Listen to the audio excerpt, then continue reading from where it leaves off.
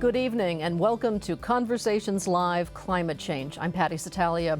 President Trump has called human-induced climate change a hoax, vowed to dismantle the Environmental Protection Agency and withdraw from the Paris Agreement, the international climate accord that sets a global action plan for avoiding climate destabilization. Why aren't more Americans demanding action on climate change despite the overwhelming evidence?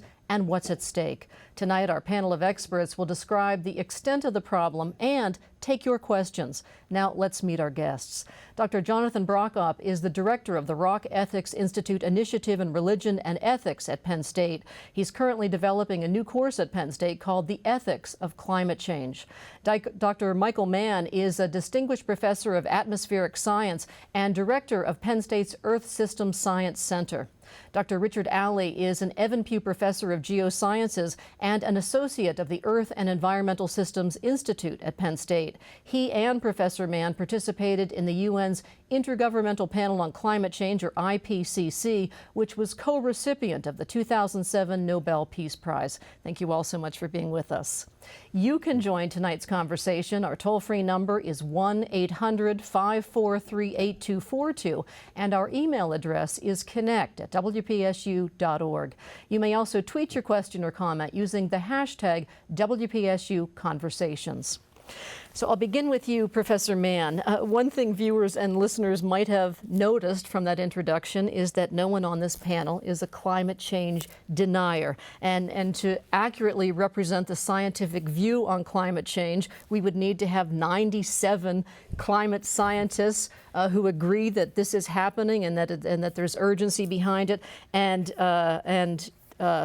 3 scientists who do not. So until recently, that was common for programs like this to do exactly that. And so I ask you, explain how that sort of false equivalency creates fake debates. Yeah, I mean, it's what I call the false objectivity of balance. We don't have a member of the Flat Earth Society debate a NASA expert when we're talking about the latest space mission. Why is it that when it comes to politically contentious issues like climate change, there is, as you say, this facade in the way many media outlets present the issue as if it's a debate between two equal sides, when, as you allude to, a minimum of 97%, more recent studies say at least 99% of the published literature of the scientists who work in this area concur with the consensus that global warming, climate change is real. It's caused by human activity. It's already a problem. It's going to be a bigger problem if we don't do something about that. That isn't just, the 3 of us. That isn't just scientists at Penn State University. That's the U.S. National Academy of Sciences, which was founded by a Republican President, Abraham Lincoln, back in the 19th century, has weighed in that climate change is real, caused by human activity, with that consensus, as has every scientific society and group in the U.S., in Europe, around the world that's weighed in. This is the consensus of the world's scientists. I want to put this, look at this through a moral lens, and I'm reminded of an editorial that Leonard Pitts just wrote, in which he talked about, a reporter, or rather the editor of a newspaper, who had an overzealous reporter who was looking for balance in a situation where balance wasn't in order, and he said 5 minutes for Hitler, 5 minutes for the Jews. Exactly right. Yeah, one of the things when we talk about climate change in terms of a moral issue, it helps us to contact with our core values. It gets this debate out of the political arena and into some things that really we can all agree on. Americans are justifiably proud of the EPA, of the fact that we have this long history of working for clean air and clean water. This is something that people agree on across the political spectrum. We here in central Pennsylvania really enjoy the natural environment, and we treasure this. So why wouldn't we respond to something that's a threat to our livelihoods and to the natural environment. When we think about it in those terms of our core values, it helps to shift the debate and get us to talk about things in a way that I think includes more people. Well, speaking of the debate in the EPA, that brings me to you, Richard Alley. You once said, I get to learn what nobody knows, and then I get to teach people to do good things with that knowledge. And today we're living in an environment where the EPA is banned from posting information about climate change, where any mention of climate change has been eliminated from the White House website, and on and on and on. What's your reaction to that? We can hope that this is temporary. We can hope that the science will come back forward. The science is clear. Mike said so, and it's very clear. And we have so many interwoven lines of evidence that support each other that we know what's going on. The science is the middle of understanding. And the science used improves the economy, as well as the ethics, as well as the environment, as well as the national security, if we use it wisely. In other words, addressing this problem will respond to, if your concerns is our economy or ethics, responding or climate action will lead us all in the same direction. Absolutely. It doesn't matter right now whether you're most concerned about jobs or most concerned about national security or most concerned about rare and endangered species. You would move in the same direction policy-wise, and that will help the economy. So explain to me why this debate has gone unabated and why it appears that we're moving in the opposite direction that you say makes sense.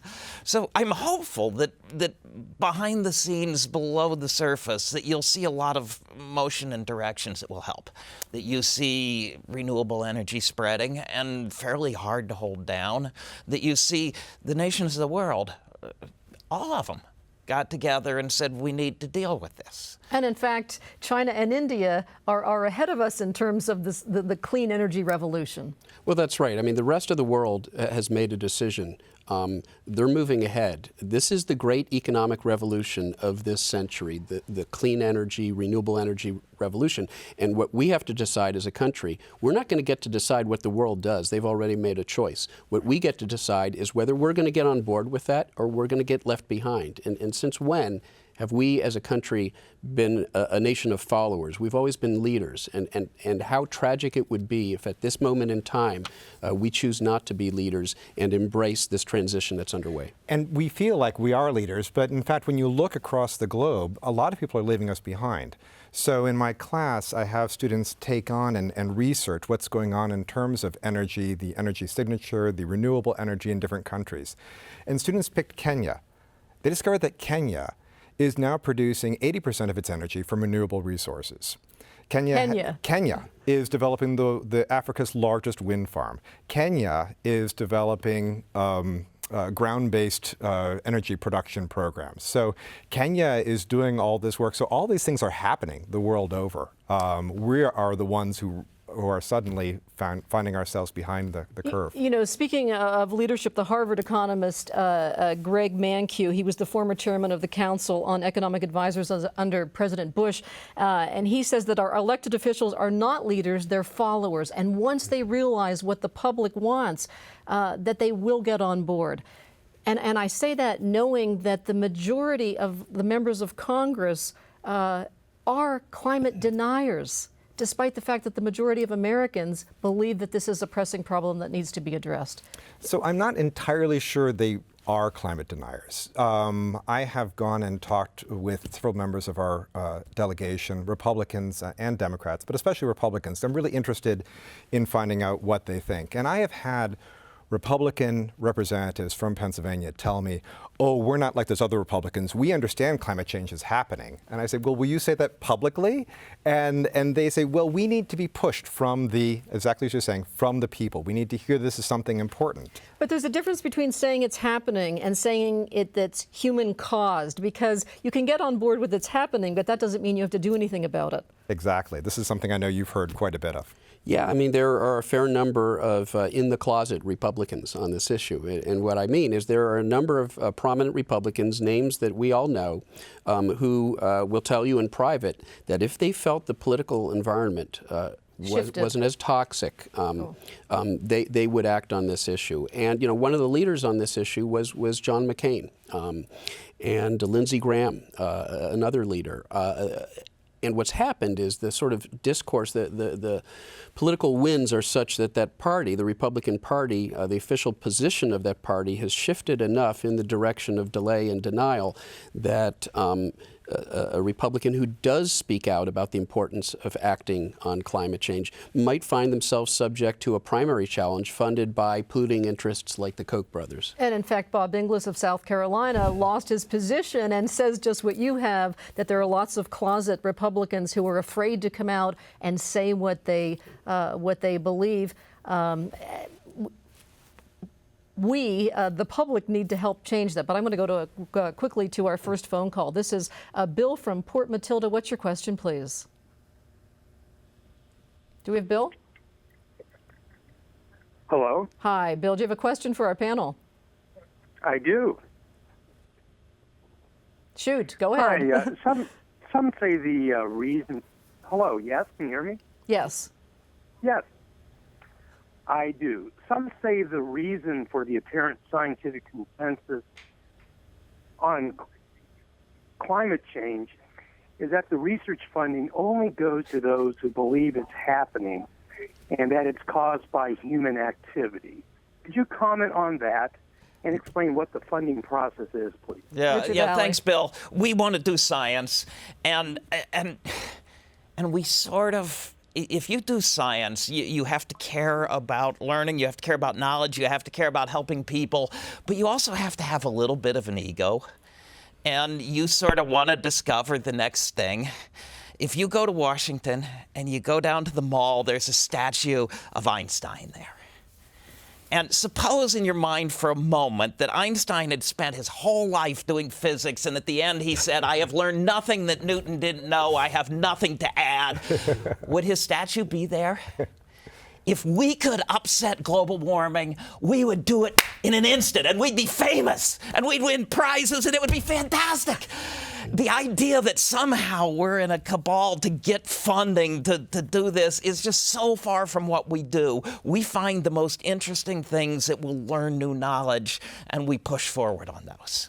Michael Mann. Yeah, what Richard said is exactly right. If you're a scientist, you understand the way you get ahead, the way you publish articles in the leading journals, Nature and Science, the way you bring in grants isn't by saying, "Oh yeah, those other scientists are right, the consensus is correct, give me the grant money." It's not the way it works. You have to point out something new. You have to find something that we didn't already know. You have to help us understand the uncertainties that do exist, because the fact is, we know enough to act. We know enough to conclude that the climate is warming, the climate is changing, the globe is warming, bad things are happening as a result of that. That doesn't mean that there aren't still uncertainties about what are the precise impacts going to be on rainfall and drought patterns here in central Pennsylvania. We need to know that. We need to prepare for the changes that are going to come. Even if we do act, we're going to see a certain amount of additional climate change just from the greenhouse gases we've already pumped into the atmosphere. And to answer those sorts of questions, scientists are at the leading edge of the science, trying to understand the uncertainties that remain. And that's where scientists spend their time, resolving the real uncertainties, not the fake uncertainties about whether climate change exists, whether it's caused by human activity, whether it's already leading to sea level rise and worsened drought. We understand those things. What we're trying to understand are the fine details. All right, we go to Frank, who's calling us from Hillsville. Go ahead, please, Frank. Hello, Frank. Dr. Frank Vallis, retired chemist, IUP. My question, you've been talking about a little bit, how are we going to ever convince the new president that we have a problem here? For instance, my tulips are coming up outside right now. Mine too. Under white road cover. Right. Richard Alley, can you comment on that? Frank, you can help. Right. I mean, it's real. And the question is, how do we make the voices loud enough to make it clear and answer this sort of misinformation? And I think it's going to take a lot of people recognizing the good that can come out of this recognition. Well, I want to go back to what we were talking about earlier. I think you said this, Jonathan Brockop, and that is that if you live in central Pennsylvania, you have a state representative, a U.S. representative, a senator, and now a president who all deny, at least in public, that climate change is real. And then you've got what you've said, Michael Mann, and that is that this is the best funded, most carefully orchestrated assault on science the world has known. So who is behind the assault and why? And I think that will help people understand whose information you ought to be believing. No, that's right. I mean, there is, a very powerful industry, the fossil fuel industry, that obviously has a stake in this matter. They'd like to continue mining and selling fossil fuels to the world, and that's understandable. At the same time, we are understanding that if we continue to do that, we are going to see worse and worse impacts on our lives, on our environment. And so we need to find a way to transition, to allow energy companies to transition away from their focus on fossil fuels towards renewable energy. The more enlightened companies are already doing that. And, we have to communicate our concerns to our local representatives. I've met Glenn Thompson. I think he's a good man. I think he's very supportive of the science we do here at Penn State University. He's very supportive of this university. And I think we need to engage folks like Glenn. We need to engage our local legislators so that there is sort of a groundswell of support to act when the environment is favorable. And the environment may not be favorable in Washington, D.C. over the next 2 or 4 years, but at the same time, we're seeing California. We're seeing amazing things happen in California, on the West Coast, in the New England states. 30% of our population now is in a state that is incentivizing a shift away from fossil fuels and incentivizing renewable energy. So we're making progress. We need to make more. But you're saying in 4 years, and I'm thinking of something that the president of Friends of the Earth says. He says we can't afford another 4 years of delay and 4 years of attacking the science and 4 years of ignoring an issue of such consequence. So I ask the two of you, Jonathan Brockop and Richard Alley, are we reaching a tipping point? What's at stake here? So one of the problems, and I know, Richard, you've talked about this a lot, is that the longer we wait, the more difficult it's going to be to make the conversion to a clean energy economy. And this, again, is something that's going to affect people. It's going to make their lives harder. If we had started way back when the National Academy of Sciences first determined that climate change was an issue, and we started back in the 50s. Well, but in the 50s, but then continually on, right? And you can go to the Rio, you can go to the Kyoto Accords, you can go to all these different things that have happened. If we had started then to bend slowly and develop and move to a more efficient economy and off of fossil fuels, as has been done in Europe, as has been done in many other countries. The German Energiewende is a really wonderful example of all this. Then that process would have been a lot easier. But now here we are. And if we're really going to stay to a 1.5 degree rise, then we're in trouble. If we're going to settle for a 2-degree rise, we're still going to have to make a very significant change. So that's right. The next 4 years are, in fact, crucial, and we cannot wait. I want to go to an email that came into us before the program, if we can get that on the screen.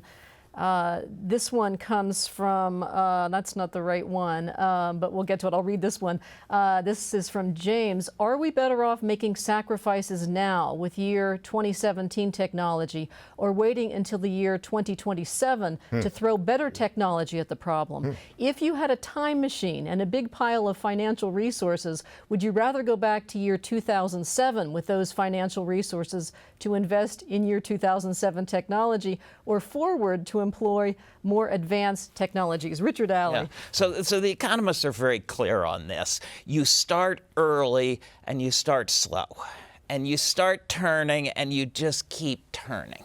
If you're the captain of the ship and you see the iceberg way out there, you turn easily and slowly and you miss it. You don't ram up to it and try to miss it the last minute and maybe crash. And so what they say is give industry, give inventors, give people confidence that you're not going to pull the rug out of them immediately. You start slowly and you keep turning, and then the technologies develop with the need.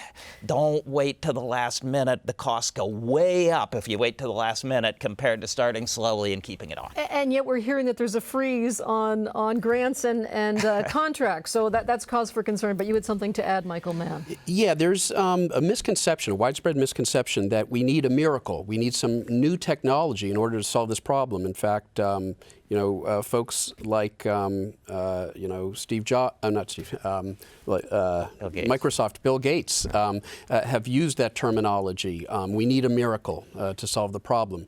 The fact is the miracle's already happened. We have the technology to meet our projected energy demand decades from now, in a matter of decades, with renewables. If we scale up existing renewable technology, we don't need new technology to do it. And in fact, I'm with reading, growth. Absolutely. I'm reading that wind and solar are on par on the grid right now.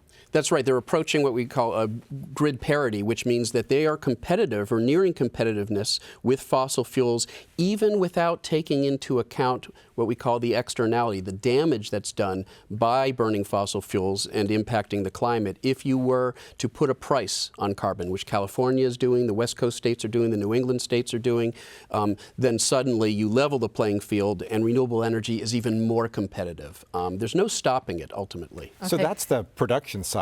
On the consumption side, I got a little miracle right out in the parking lot myself, which is my bicycle? My electric car. No, bicycle is fantastic, but the electric car is this story of incentives gradually over time, and the fact that we have so many new electric cars that are on the market. Mine is a Volt. It actually has a gas generator. It's a range extender, so 40 miles on electric, and then it keeps going. So it's already happened. And we could eat chicken rather than beef, and that would have an enormous impact. Go ahead, Richard Right. Allen. So there's been the International Monetary Fund, the International Energy Agency recently looked at subsidies. And there are places that we're helping renewables a little bit.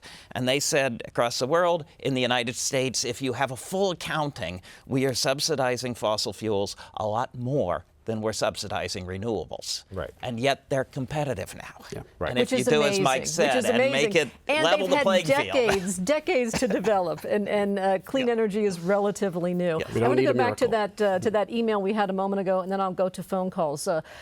This one comes from John. He writes, does the panel believe that 1.5 degrees centigrade of warming from pre-industrial levels is too dangerous?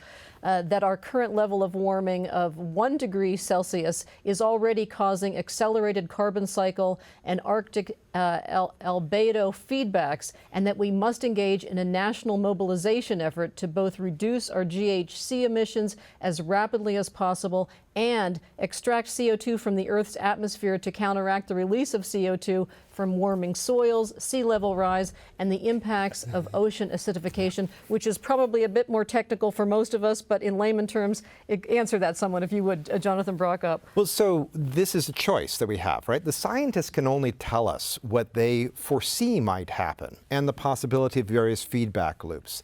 That's all that science does. Science doesn't tell us what we have to do.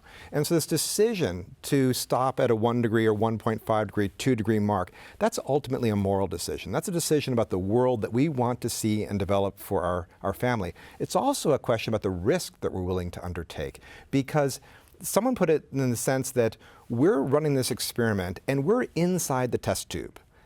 This is the only Earth we have. We don't know what happens when you ramp up 2 degrees at this kind of speed. And so there is some real concern about that risk, and the risk is higher the higher the temperature goes. And the idea that we can ruin this planet and go off to another one, we know that just isn't going to happen, not in our lifetimes or our children's lifetimes or our great-grandchildren's lifetimes.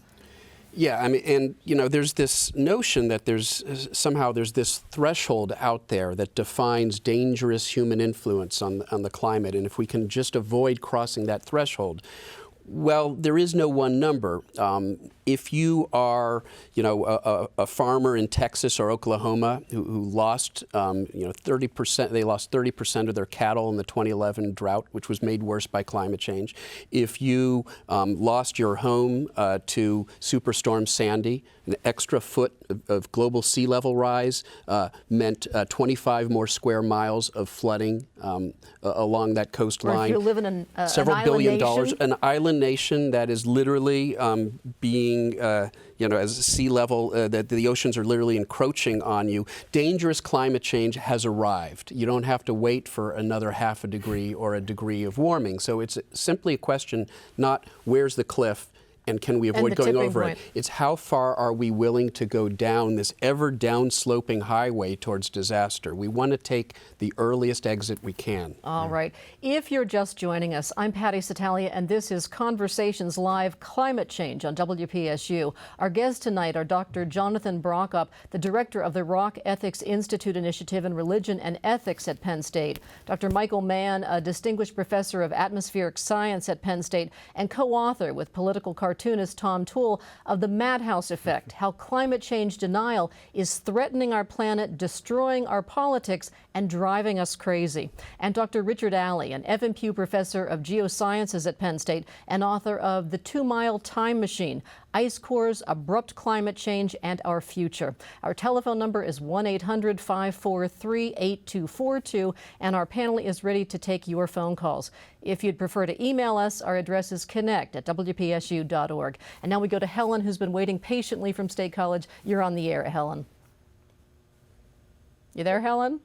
Yes. Hi. What's your question for our panel? Okay, I'm ready. And my phone is off and my TV is off. Hello? Yes, go ahead. Good evening. I'm greatly concerned about our current president's restrictions that he's placed on the EPA and the scientists concerning information to the public, particularly about scientific issues and climate change. My concern is that this is reminiscent of Hitler's Nazi Germany, where they changed facts and made them as a truth so that the public would go along with it. I don't like the fact that this is happening, and I want to be an informed citizen. What do you as a panel suggest that I and my friends do to push the government, the administration, or whomever I need to see or talk to about lifting these restrictions and making our government information freer? All right, Helen, thank you for your phone call. We'll let Jonathan Brokup take a shot at that first. Well, thanks, Helen, for that question. I think one of the most important things you can do is to join a group, to be part of a larger social group of people who are working together on these issues. It's really important not to feel alone when it seems like the whole world is going crazy and there's all this other information out there. You know, and you're involved in Interfaith Power and Light, where the religious community, whether you're all congregations, are taking a stand and saying that this is bedrock conservatism and this is caring for creation is a religious thing to do, really. That's right. Yeah, Pennsylvania Interfaith Power and Light works with different congregations. I was just at a meeting here in State College at Trinity Lutheran where people were talking about Pope Francis's encyclical on climate change, Laudato Si. And so to talk with other people, to have that conversation, to feel like you're not alone, this is really important. And the other thing I would say that's important is to actually support journalism. Newspapers, buy a subscription to a newspaper. Don't just read it online. We have to make sure that those news organizations that are out there, like WPSU, that are actively digging for the information to present this information to the public, that they are in existence and they are supported. And how about things, Michael Mann, like 314 PAC? Yeah, so 314 PAC is a political action committee that has been formed to try to get more scientists involved in our political discourse, getting scientists to run for office. Now, I know a lot of scientists who probably should never run for office, but we have something to bring to the table. And the more diverse our policymakers are as a group, the more our voices are collectively heard. And I would add to what Jonathan said, make your voice heard. There are so many ways. Find other people, find groups, and that can provide you the support you need, but make your voice known, make your voice heard, because our local legislators have to be hearing from the people in order to provide. That's right, and I've heard our local legislators saying that their constituents don't believe that climate change is a pressing issue. Well, prove them wrong. Prove them wrong. All right, so we go to Leonard, who's calling us from Black Moshannon. Go ahead, please, Leonard. Yes, I believe in climate change, but I was in Florida on the Peace River looking for Indian artifacts and shark's teeth, and I ran into a professor of one of the universities in Florida, and I asked him why we were finding shark's teeth so far inland. And he said to me, in the last 5,000 years that Florida has been underwater several dozen times. So doesn't this seem like global warming is a natural phenomenon? If that's true, that Florida's been underwater that many times in the last 5,000 years, what do you think about that? And I'll take my question off the air. Thank you. All right. Thank you, Leonard. Richard Allen? Yeah. Thank you, Leonard, and greetings. Florida has not been underwater many times in the last 5,000 years. There's people have lived there. You can find their artifacts there, and they were happily living there. Farther back, if you go millions back, now you can get times that Florida was underwater, and there's a little more time for the crust and the mantle to do the things that they do. So do not worry about that. We actually have high confidence that what is happening now is not natural cycle. If anything, over the last few decades, the nature has tried to cool us off a little bit. So, we've been watching the sun with satellites for the last 30 years. The sun has dimmed just a little bit. We have blocked the sun with particles from our smokestacks just a little bit, and yet it is warmed. If you were to ask how much of the warming that we've seen recently is caused by our greenhouse gases, it's a little more than all of it. Oh my gosh.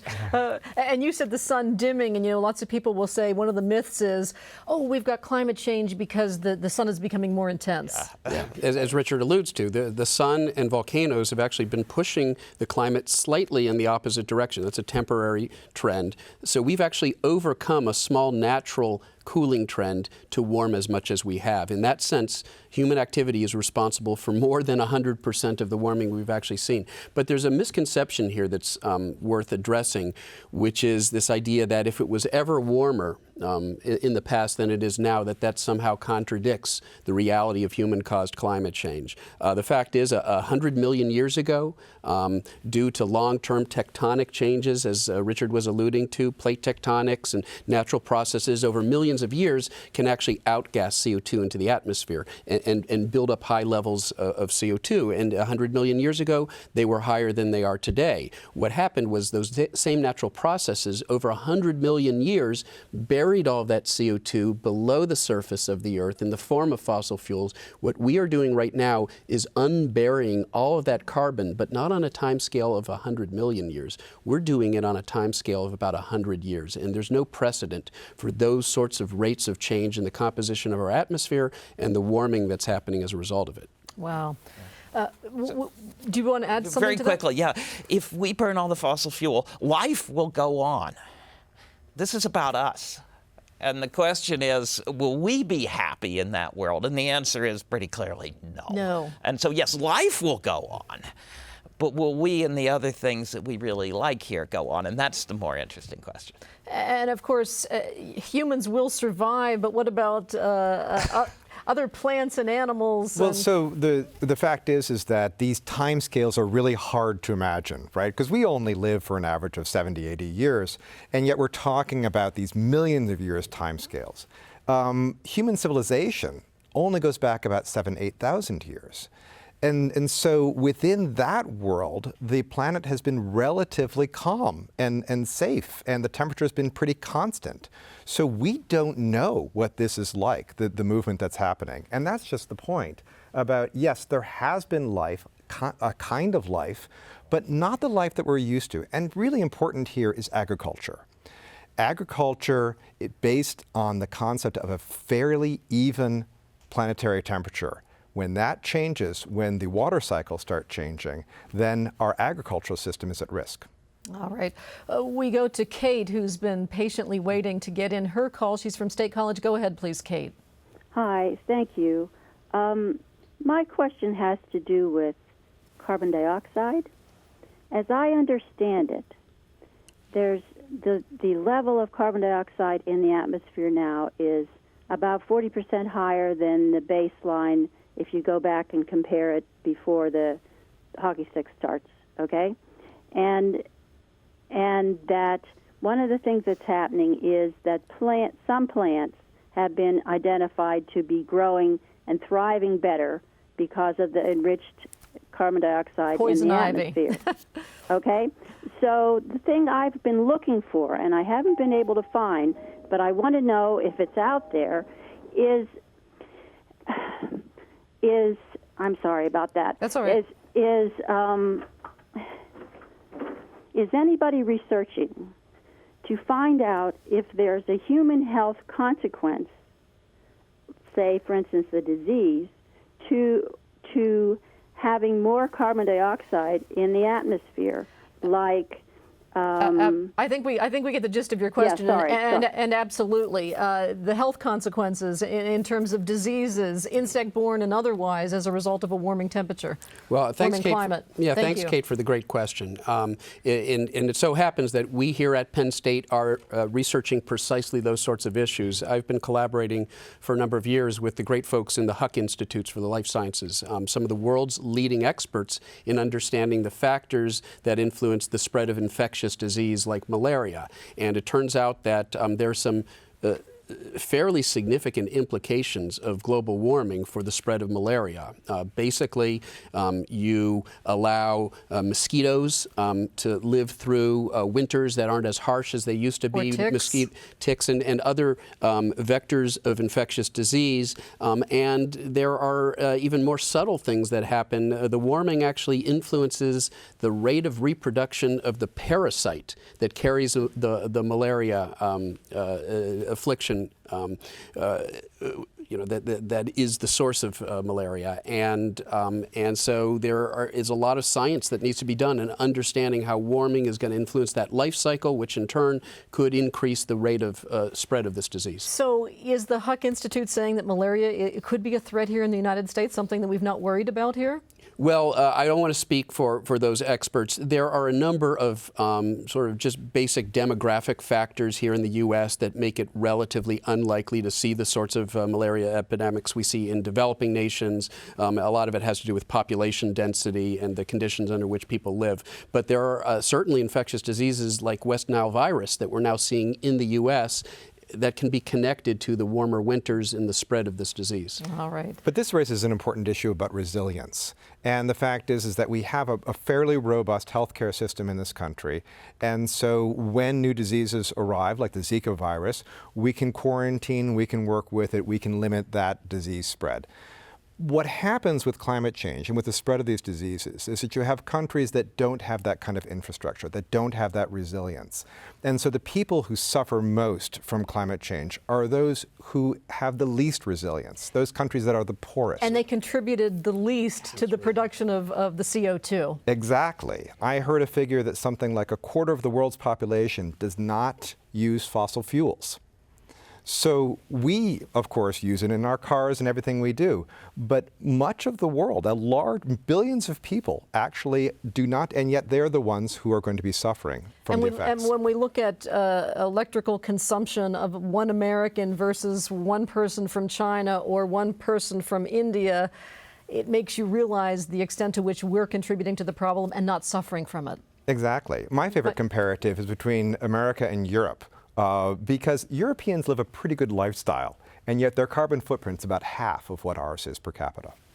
And let's note that the worst impacts of climate change are going to be felt by our children and our grandchildren. Yes. And there's a deep ethical obligation that we have for that reason to act on this problem before it's too late. So as Jonathan said early on, as much as anything else, as much as it is an economic issue, a scientific issue, a political issue, climate change is an ethics issue.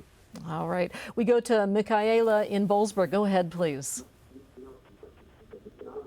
Hello. Michaela? Yes. Hi. You have a question for us? I do. Yes, hi. Thanks for taking my question. I'd like to suggest that Penn State and the borough and other local governments must work together.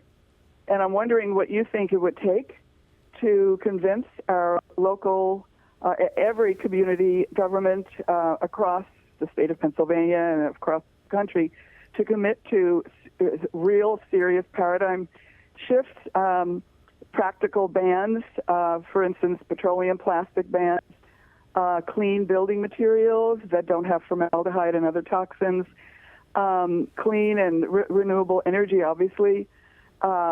Somehow everyone knows what's going on, but nobody's making the final commitment. And I know that it could become financially feasible for companies to actually make real change, but I'm wondering why it's taking so long for this moral and practical commitment to actually happen. All right. Thanks for your phone call, Jonathan. So that's a great question, Michaela, and thanks for raising that. It gives me a chance to talk about Penn State, because the fact is that Penn State has made significant reductions in its carbon footprint. Penn State has not only reduced its carbon footprint by about 20% over 2005 levels, but in fact has a plan to get down to 35% below and is exploring ways to get down to 80% below. How did you get buy-in, though? How'd you get buy-in from Penn State? How did you get buy-in, and so what's the trade-off? I think Richard has a story about this, but I'm not sure. Because I've heard that there was a conversation that a certain climate scientist had with Office of Physical Plant many years ago, and that convinced them that they had to start making these changes. The fact is, though, the Office of Physical Plant is made up of engineers. Engineers like to be efficient. It's just asking them to do their job. So when they take images of the Bryce Jordan, infrared images, and they discover that the caulking is causing all of the heat to run out of the building, and just by caulking the building properly, they can save money. They love that stuff. And get Paul Mosier sometime to talk to you about the cogeneration plant. He loves speaking. So this is something engineers really enjoy doing, is making the plant more efficient. So you get Penn State to do it, but she wants to see this more community-wide. Michael Mann, do you have something to add? Well, that's right. And I think it is important for Penn State as an institution to set an example as a good citizen. But there's no question that we have to generate the sort of attention demand that this problem deserves, and that ultimately arises from expressing your voice, making your voice heard, talking to your friends, your family members, your classmates, your church groups. Getting organized and generating a groundswell of demand for our policymakers to reflect our needs rather than the fossil fuel interests that might be funding their campaigns. Frown when you see someone using a plastic cup the way you might have frowned when someone lit up a cigarette in your restaurant while you were trying to enjoy your dinner. Personal, choices and behaviors is an important part of it, and we set an example for other people by making choices that cut our own carbon footprints. Okay, I want to go to this tweet from Max. He says, I'm a local high school physics teacher. How can I better help my students understand the evidence and impacts of climate change? Richard Alley. Hi, Max. Thank you. Bless you. Keep you. You're wonderful. So thank you. Yes. We have... First of all, you're halfway there because you're interested. And I have this nagging suspicion that they are getting wonderful things from you. Second of all, if you can keep them interested in physics, even if they don't get the climate from you, by the time they get to us, we'll get it for them. But call me, drop me an email. We have resources for you. The information is there, and physics students are fantastic for getting it, because ultimately this rests on physics, and we use physics, and the answers are going to be coming from physicists and engineers as well as designers and marketers. So yeah, drop me an email. We'll get there. Okay. Very good. We go to Dick, who's calling us from Johnstown. You're on the air, Dick. Thank you. This question is for the panel. Do you feel that the many deniers of climate change have a basic misunderstanding of the difference between weather and climate, unfortunately, this includes our top elected new official, and neither weather or climate is a hoax. Thank you. Yeah. Well, there's a famous quote from Upton Sinclair. It's difficult to get a man to understand something when his salary depends on not understanding it, his livelihood, his salary, and that's part of the problem. There are a lot of folks in Washington, D.C. who understand the problem very well. They understand the science. It actually isn't that complicated. They realize there's a problem, but they in some cases, see themselves as advocates for fossil fuel interests who are funding their campaigns.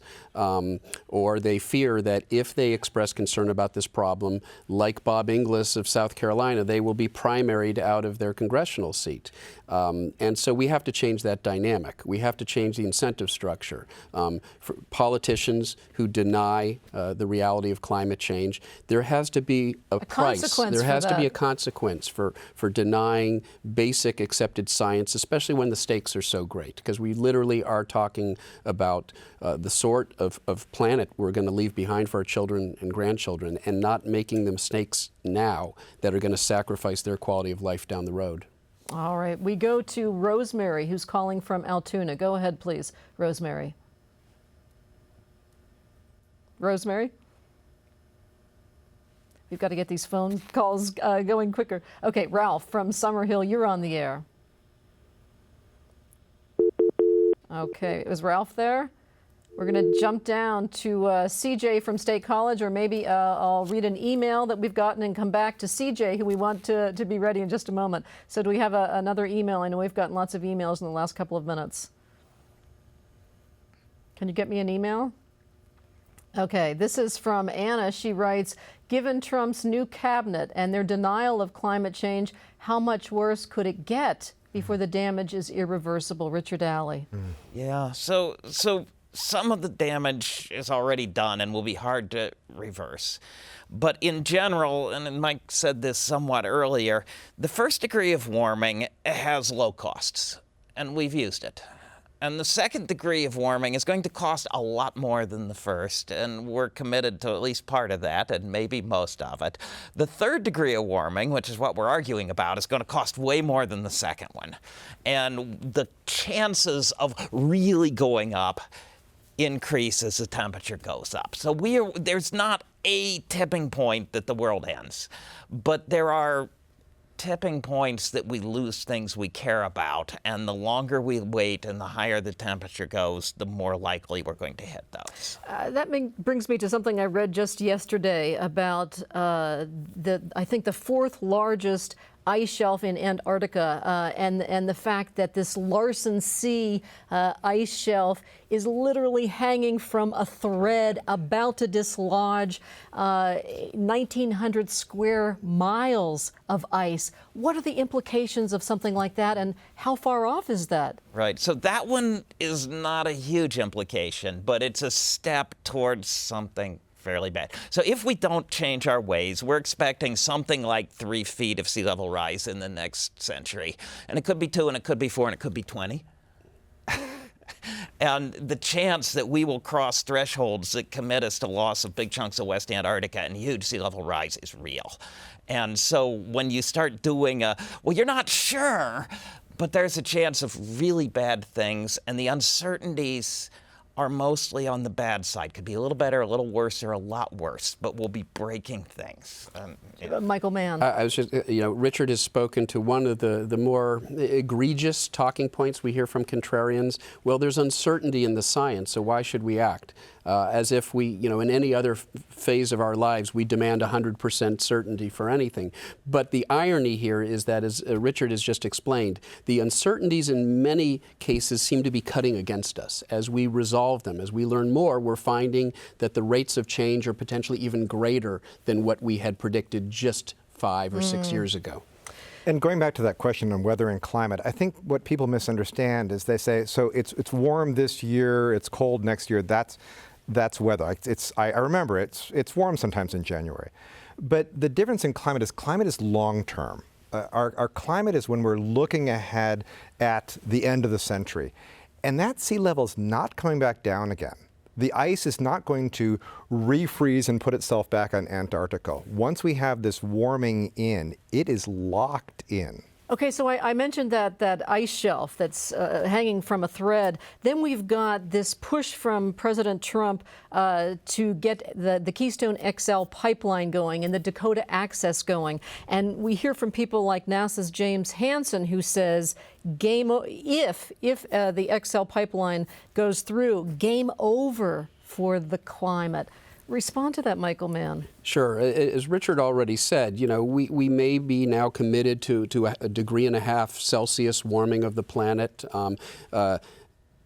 2 degrees Celsius warming of the planet, that's 3.5 Fahrenheit, is a threshold of warming where many of the scientists who study the impacts of climate change have determined that that's where we really get into some of the worst changes. It gets worse and worse as we go on, and at 2 degrees Celsius, 3.5 Fahrenheit warming, things really start to get bad. Well, we've already probably committed to a 1.5 degrees warming just from the carbon we've already burned.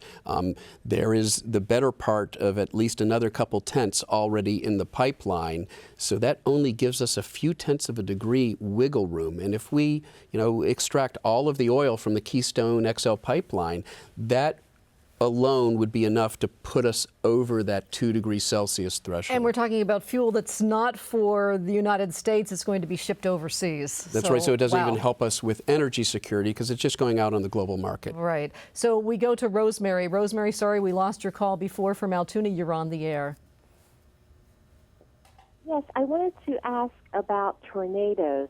It seems when I was growing up, you only heard about tornadoes during the spring and summer months. But now you see these tornadoes in January and all year long, and I wanted to know if that had to do with climate change.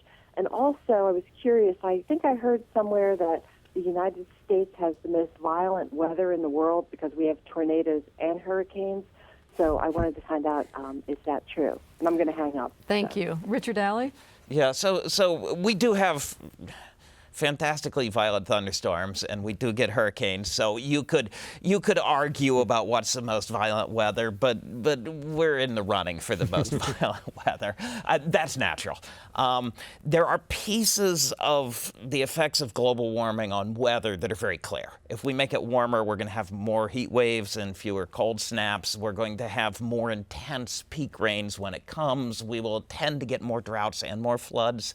We don't know how many hurricanes we'll get, but the biggest ones can get bigger.